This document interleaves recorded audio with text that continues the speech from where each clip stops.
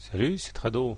Voilà ma vidéo de mise à jour pour leur séance en demi-teinte aujourd'hui, parce que si nous avons effectivement atteint l'objectif assigné, à savoir le précédent plus haut qui figure sur mon graphe d'hier vers 1440, eh bien on n'a pas réussi à tenir la distance, et bien qu'on ait marqué un plus haut en séance, on termine en clôture sur des niveaux qui sont déjà visités, et c'est bien dommage. Il n'y a pas que du négatif, hein, mais il est vrai que c'est d'autant plus inquiétant qu'une fois de plus, la fourchette d'Andrews noire s'impose aux intervenants, et cela fait quand même 4 séances, hein, que l'on essaye de s'extraire par le haut de cette fourchette d'Andrews noire, mais que finalement, en clôture, c'est bien cette fourchette qui s'impose. Espérons que les haussiers ne vont pas se lasser. Il demeure qu'au registre des points positifs, et au-delà du plus haut inscrit en séance, nous avons un rebond sur la M7 qui s'est avéré être un support efficace.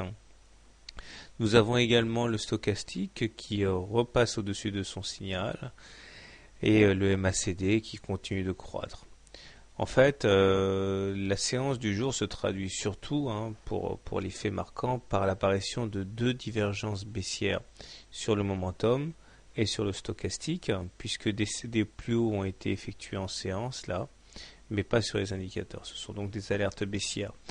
Alertes baissières qu'il faut relativiser, parce que contrairement à ce qu'on peut lire par-ci par-là, les divergences baissières ne sont pas nécessairement de mauvais signes, puisque elles sont présentes sur toutes les périodes de rallye haussier d'euphorie, hein.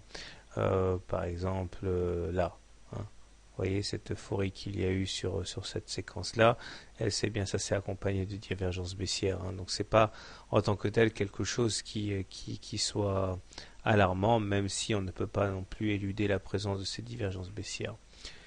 J'ai décidé de tracer ici, hein, juste pour guider le mouvement, un petit canal bleu étroit qui montre qu'on pourrait aller chercher facilement les 1420, donc perdre 13 $ par once, sans que cela ne remette fondamentalement en cause la tendance haussière. En fait, s'il y a une chose qui devait m'interpeller, qui doit m'interpeller, ce serait le fait qu'on n'a toujours pas eu notre pullback sur la M20. Et ça, c'est quelque chose qui aura lieu à un moment ou à un autre. Je me demande si le moment n'est pas venu effectivement pour l'heure de consolider un petit peu, parce qu'on ne pourra rien construire de solide sans bâtir des fondations. Et puis surtout, en cas d'attaque baissière, plus loin est la M20, plus longue sera la consolidation pour aller toucher du solide, hein. Donc voilà, pour trader le lendemain, vous avez donc, si vous êtes haussier, la possibilité d'acheter la M7. Si vous êtes haussier et conservateur, attendez plutôt un retour sur la M20. Si vous êtes baissier, eh bien pourquoi pas ne pas tenter de shorter toute excursion et tout contact avec le haut de la fourchette d'Andrews noire, puisqu'a priori celle-ci se révèle intraitable depuis pas mal de séances. Voilà.